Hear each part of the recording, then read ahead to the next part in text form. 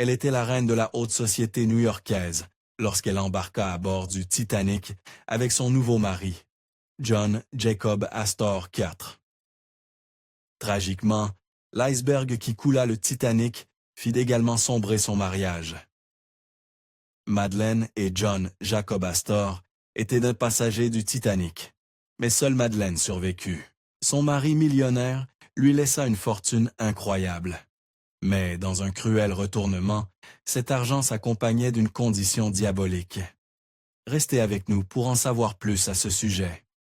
Madeleine Astor, née Madeleine Thomas Force, ouvrit les yeux pour la première fois le 19 juin 1893, à Brooklyn, New York, au cœur de l'éclat de l'âge doré. En tant que fille cadette de William Hurlbut Force et Catherine Arvilla Tomage, la vie de Madeleine débuta dans une ère marquée par une opulence éblouissante et les excès de la haute société. Madeleine naquit avec bien plus qu'une cuillère d'argent dans la bouche.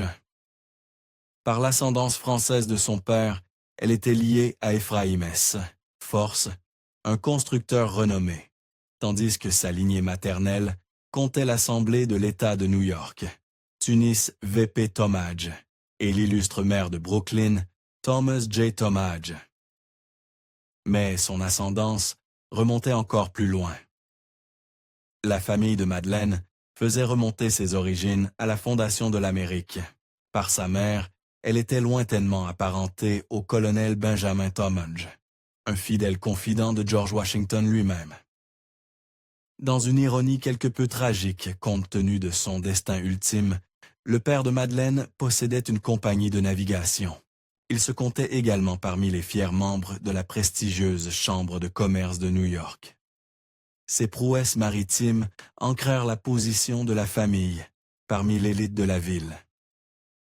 Avec un tel héritage, Madeleine suivit son propre chemin doré vers l'âge adulte.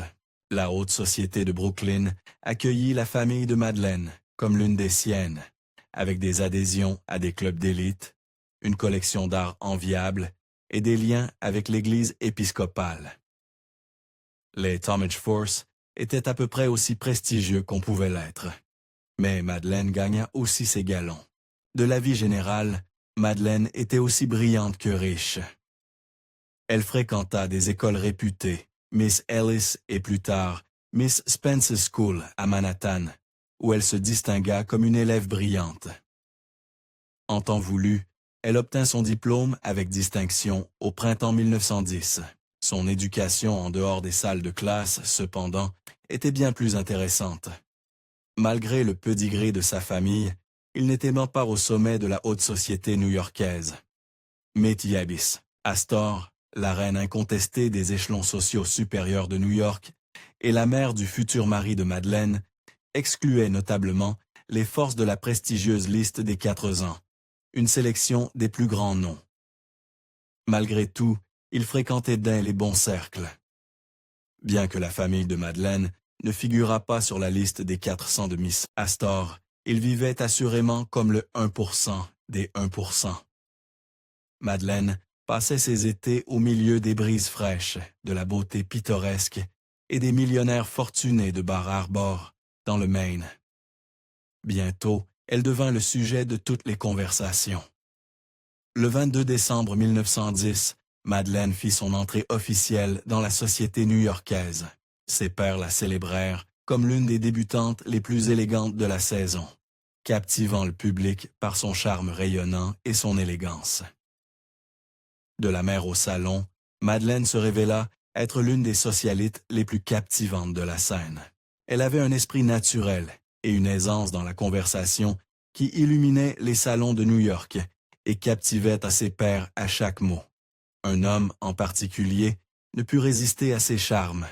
Durant les derniers jours de l'été 1910, Madeleine fit une rencontre fortuite. Dans le cadre pittoresque de Bar Harbor, elle rencontra l'homme qui allait changer le cours de sa vie à jamais, bien que pas nécessairement pour le mieux. Durant l'été 1910, Madeleine croisa la route du colonel John Jacob Astor IV. Le magnate de 46 ans et héritier de la fortune Astor était le célibataire le plus convoité de la ville, bien que pas nécessairement pour son apparence. Astor possédait une fortune estimée à 87 millions de dollars, équivalent aujourd'hui à plus de 2,4 milliards. Mais, comme on dit, plus d'argent, plus de problèmes. Quand Madeleine rencontra Astor à Bar Harbor, le célibataire millionnaire était au cœur d'un scandale épouvantable. Quelques mois plus tôt, l'ex-épouse d'Astor, Eva Willing Astor, avait demandé le divorce dans un scandale très médiatisé qui exposait l'infidélité d'Astor.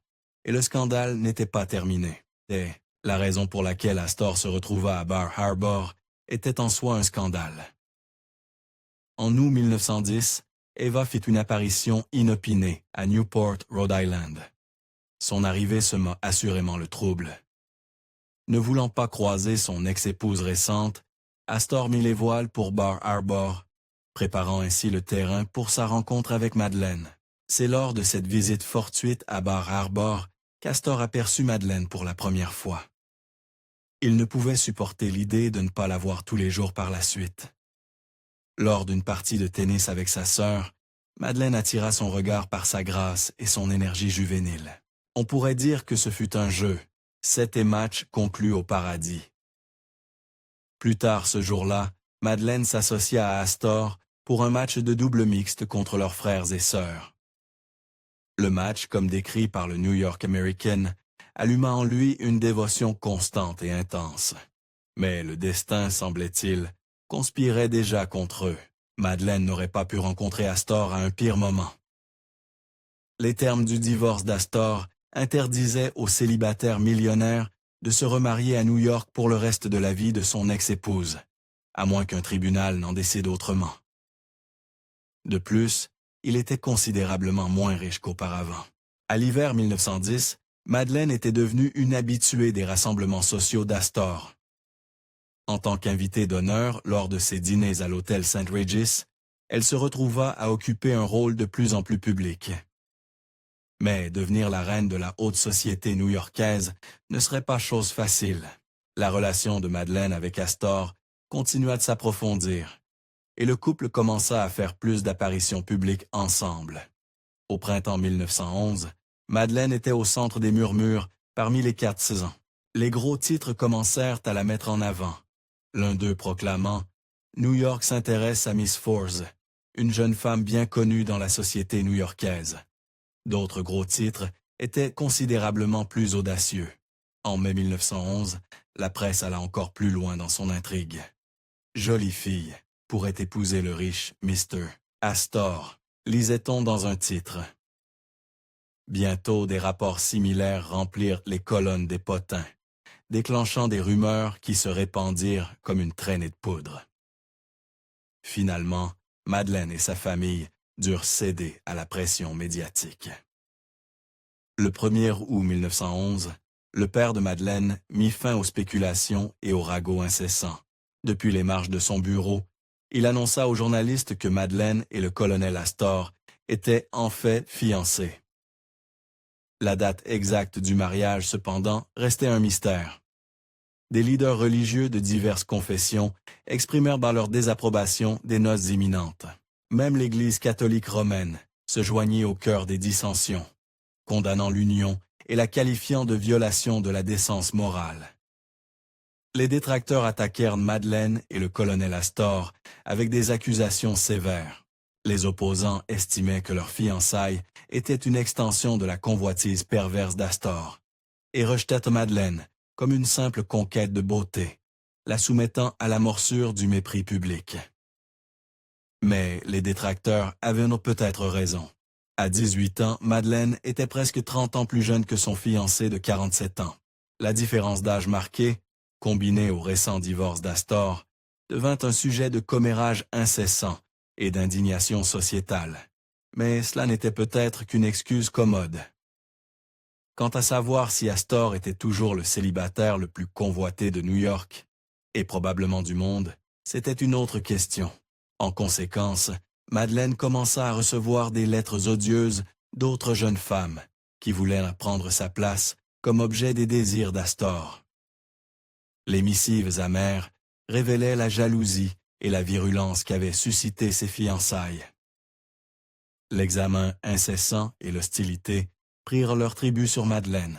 Peu après l'annonce de leur fiançailles, elle tomba gravement malade. Madeleine attribua sa maladie à la tension nerveuse et physique intense de son mariage imminent. Elle n'avait même pas une épaule sur laquelle pleurer. Fin août, Madeleine retrouva la santé, pour se retrouver à nouveau sous les feux de la rampe. Les rapports sur sa bague de fiançailles éblouissante de 30 000 $, soit environ 843 000 $ aujourd'hui, et une prétendue dotation de 5 millions de dollars, ravivèrent la fureur médiatique. Cette fois, ses vrais amis vinrent à son secours. Au milieu du tumulte et des accusations d'opportunisme, les véritables amis de Madeleine se précipitèrent pour la défendre. Ils insistèrent sur le fait que le couple était un véritable amour, rejetant les allégations d'opportunisme ou de convoitise. Avec leurs noces approchant rapidement, Madeleine et Astor luttèrent pour trouver un ecclésiastique pour officier la cérémonie. De nombreux pasteurs refusèrent catégoriquement, et des rumeurs commencèrent à circuler qu'Astor offrait des pots de vin. Un ministre presbytérien aurait reçu une offre de 20 000 $ pour célébrer la cérémonie. Finalement, un pasteur congrégationnaliste nommé le révérend Joseph Lambert accepta de célébrer la cérémonie. La date du mariage de Madeleine et Astor fut le 10 septembre 1911. Le couple heureux échangea ses vœux à Beechwood, le magnifique domaine en bord de mer d'Astor à Newport, Rhode Island. La cérémonie, bien qu'intime, marqua l'aboutissement de mois de spéculation et de drame. Le révérend Lambert, qui officia le mariage de Madeleine, n'était peut-être pas l'homme intègre qu'elle avait espéré. Il refusa plus tard de discuter de tout arrangement financier potentiel entre lui et Astor, déclarant que cela ne regardait personne. Pourtant, des rumeurs circulaient qu'il avait reçu 2 000 $ pour la cérémonie, une somme équivalent à 56 000 $ aujourd'hui. Cela aurait pu être un signe précoce que leur union était déjà maudite. Sans se laisser décourager par le scandale entourant Lambert, Madeleine et Astor partirent pour une lune de miel luxueuse. Ils commencèrent à Raincliffe sur l'Hudson à New York avant de voyager aux Bermudes. Leur prochaine destination était encore plus exotique. Le couple annonça des plans pour visiter l'Égypte avec l'intention de voyager jusqu'au Nil d'ici janvier 1912. En explorant l'Égypte, Madeleine et son mari rejoignirent Margaret Molly Brown, une socialite audacieuse avec sa propre réputation controversée. La rencontre de ces deux femmes prendrait une signification poignante dans les mois à venir. Après leur séjour en Égypte, Madeleine et Astor parcoururent l'Europe avant d'embarquer sur le RMS Titanic à Cherbourg, France. Ils voyageaient avec un groupe sélectionné, incluant son adorable chien Kitty et une infirmière privée. Après tout, elle avait un petit pain au four. Tôt dans sa lune de miel, Madeleine était tombée enceinte, nécessitant des soins constants.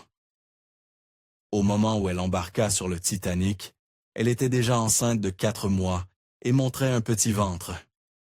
Il va sans dire que le confort à bord du navire était l'une de ses plus hautes priorités. Dans la nuit du 14 avril 1912, Madeleine s'était retirée dans sa cabine, lorsque le Titanic commença son histoire tragique. Il heurta un iceberg à 23h40.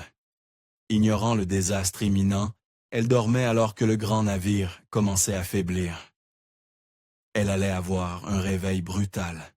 Ce fut Astor qui sentit d'abord le danger. Se réveillant de son propre sommeil, il réveilla Madeleine, l'exhortant à s'habiller rapidement. La laissant se préparer, il partit à la recherche du capitaine Edward Smith pour évaluer la situation. Ce qu'il apprit était terrifiant. Quand le colonel Astor revint dans leur quartier, Madeleine remarqua son expression grave. Bien qu'il l'assurât qu'il n'y avait aucun danger, elle ne pouvait ignorer le poids derrière ses mots. Le Titanic avait heurté un iceberg. Au milieu du chaos sur le pont, Madeleine se souvint plus tard de son mari, comme l'homme le plus calme à bord du Titanic. Sa constance devint une source de force durant le désastre qui se déroulait. La confiance du colonel Astor dans le Titanic semblait inébranlable. Des témoins l'entendirent pas déclarer Nous sommes plus en sécurité ici que dans ce petit, en référence au canot de sauvetage que l'équipage abaissait dans l'eau. On ne sait pas s'il croyait vraiment ces mots. Madeleine, presque certainement, n'y croyait pas. Bien qu'apparemment calme, le colonel Astor insista pour que Madeleine enfile des vêtements plus chauds. Debout sur le pont, il l'aida à enfiler les couches que son valet avait saisies pour elle, déterminé à la protéger contre la nuit glaciale. Au milieu du chaos, elle prouva la force de son caractère moral. Dans la confusion, Madeleine remarqua une passagère de 3e classe, Léa Axe, avec son jeune fils. Dans un geste de compassion qui démontrait clairement son esprit charitable et désintéressé, elle donna à la mère son propre foulard pour réchauffer le bébé. Elle ne comprenait clairement pas la gravité de la situation dans laquelle il se trouvait. En attendant d'autres instructions, Madeleine et le colonel Astor se retirèrent dans le gymnase. Portant leur gilet de sauvetage, ils s'assirent sur des chevaux mécaniques, pendant qu'Astor coupait un gilet avec un canif, pour montrer à sa femme son rembourrage intérieur. Il ne savait pas que les choses allaient prendre une tournure bien plus sombre. Quand le moment vint, Madeleine, sa femme de chambre et son infirmière montèrent à bord du canot de sauvetage numéro 4. Cependant, pour s'installer correctement, elles durent se faufiler à travers une fenêtre de la promenade de 1re classe. C'était une manœuvre périlleuse, mais son mari était là pour l'assister. Elle n'avait aucune idée que ce serait leur dernier moment ensemble.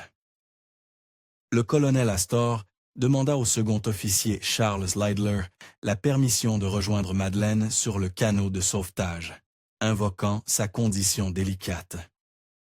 Cependant, Leidler refusa la demande, disant que les femmes et les enfants devaient partir en premier. Le récit de ce qui se passa ensuite est déchirant. Le survivant Archibald Gracie IV raconta plus tard l'échange final de Madeleine et Astor à l'enquête du Sénat américain sur le Titanic. Il décrivit le calme du colonel Astor, rappelant sa demande d'accompagner Madeleine, et plus glaçant encore, ses derniers mots de réconfort à sa femme enceinte de 18 ans.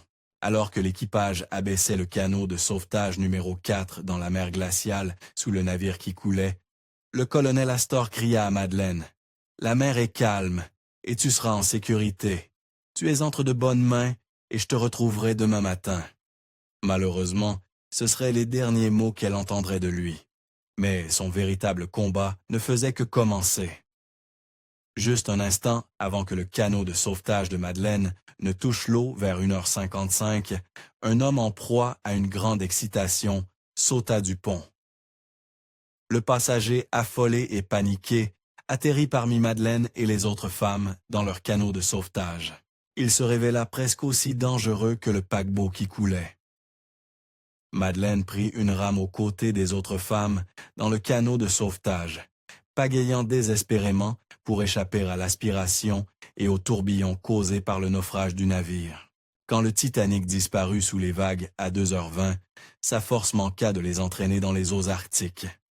Alors que l'eau de mer glacée envahissait leur canot de sauvetage, Madeleine et les autres écopaient avec une urgence frénétique. Une fois le tourbillon calmé, elles ramèrent pour sauver des survivants, parvenant à tirer 6 hommes des eaux gelées. Malgré le chaos, Madeleine fit preuve du plus grand courage et de la plus grande force d'âme. Mais aucun courage ne pouvait la préparer à ce qui allait suivre. Le colonel Astor, son valet, et même Kitty, leur cher terrier Airedale, périrent avec le naufrage du Titanic. Seule Madeleine, sa femme de chambre et son infirmière survécurent, s'accrochant à la vie dans l'Atlantique glacial, jusqu'à ce que l'équipage du RMS Carpathia les secoure. Quand Madeleine retourna à New York, elle n'était plus que l'ombre d'elle-même. Selon les rapports, elle était hébétée par le choc et souffrait d'un effondrement nerveux. Ses médecins lui prescrivirent un repos strict au lit pour l'aider à se remettre de l'épreuve traumatique et pour protéger sa grossesse. Les médecins ordonnèrent à Madeleine de ne pas parler du tragique naufrage du Titanic. Craignant que cela n'aggrave son état fragile, ils notèrent à ses nerfs gravement ébranlés, ajoutant qu'elle passait la plupart de ses heures éveillée à pleurer en se remémorant l'horreur qu'elle avait endurée. Elle semblait simplement heureuse d'être en vie. Fin mai 1912, Madeleine organisa sa première réunion sociale depuis la tragédie. Aux côtés de sa compagne de survie, Marion Thayer, elle organisa un déjeuner pour honorer le capitaine Arthur Rostrin et le docteur Frank McGee du Carpathia, le navire qui les avait secourus. Le seul réconfort qui lui restait, cependant, était une immense fortune. Le testament du colonel Astor laissait à Madeleine 100 000 $ directement, plus des rentes provenant d'un fonds fiduciaire de 5 millions de dollars et l'usage du manoir de la famille sur la 5e avenue. Cependant, ces dispositions s'accompagnaient d'une condition. Elle perdrait le revenu du fonds et la maison si elle se remariait. Heureusement, elle avait plus pour se souvenir de son défunt mari que son argent. Le 14 août 1912, Madeleine donna naissance à son fils, John Jacob Jakey, Astor VI, surnommé le bébé du Titanic.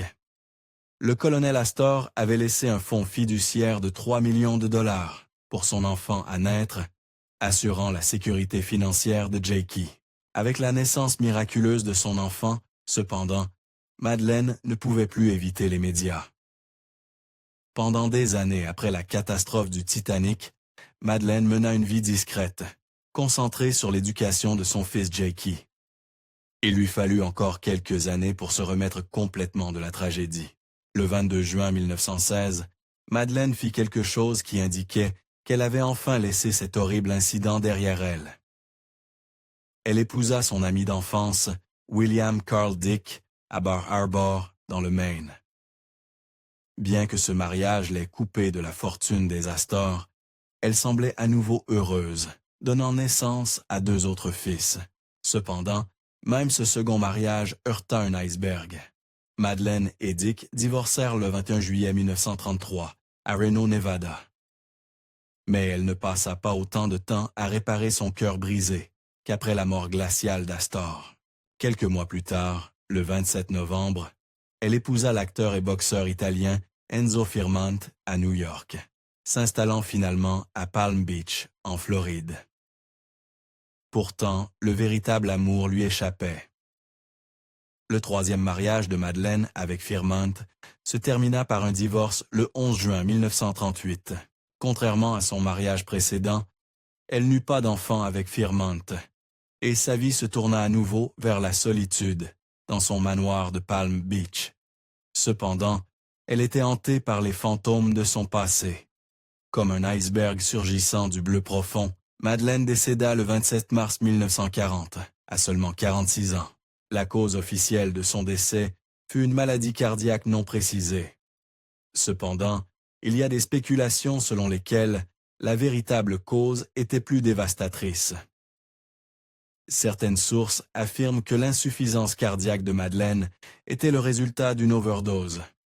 Un point final à une vie marquée par la tragédie et la résilience. Merci d'avoir regardé History Expose. Si vous aimez découvrir les meilleures histoires de l'histoire, appuyez sur j'aime et abonnez-vous pour continuer à explorer avec nous. N'oubliez pas de visiter notre page principale, Factinate, pour plus de faits incroyables sur tout.